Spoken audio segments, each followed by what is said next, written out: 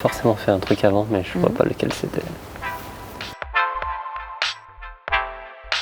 Je pense pas que c'était mon travail.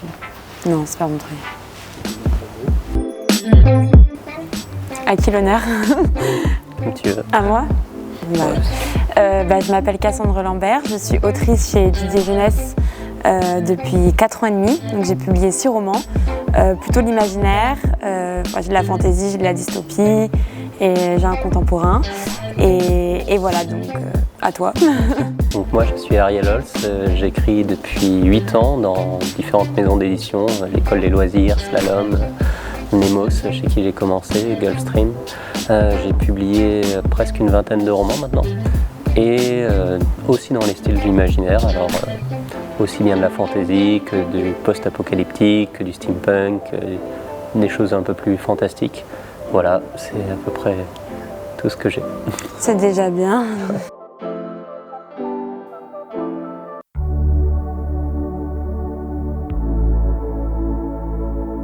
Alors, on se connaissait avant, on s'est rencontrés.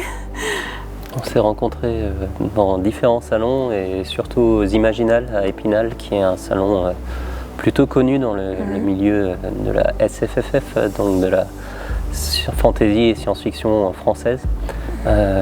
Voilà, ça doit être là à peu près une des je pense qu'on s'est déjà croisés super. Avant, mais là c'était vraiment le salon, on a pu un peu discuter, se poser. Exactement. Et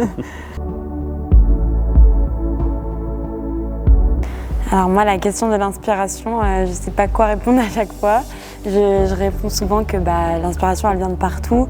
Elle vient des films, elle vient des séries, même des musiques que j'écoute. Ça peut être des discussions, même des caractères un peu atypiques, ça me donne des idées de personnages.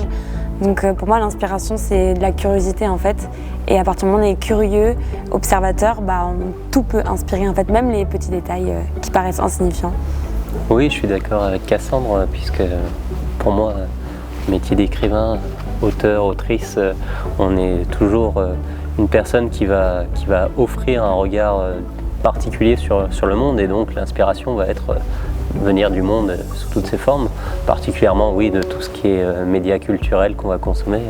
Donc oui, séries, films, livres bien entendu, mais aussi jeux vidéo, musique, peinture, faire des voyages, des expériences, connaître des gens.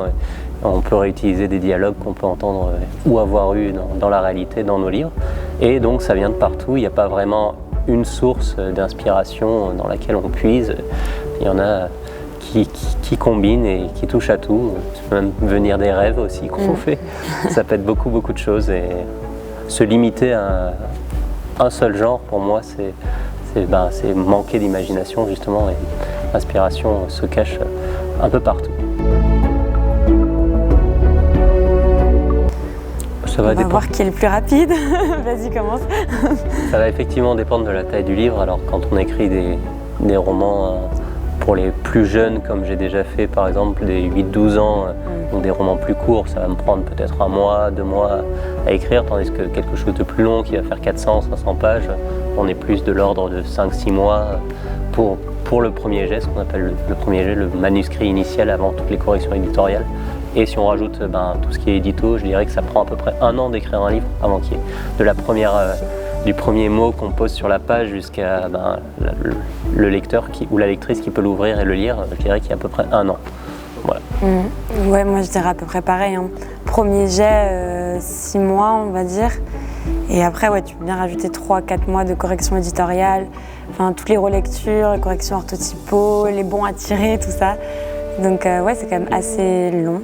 Mais bon, de toute façon, il faut ça pour écrire un roman. Exactement.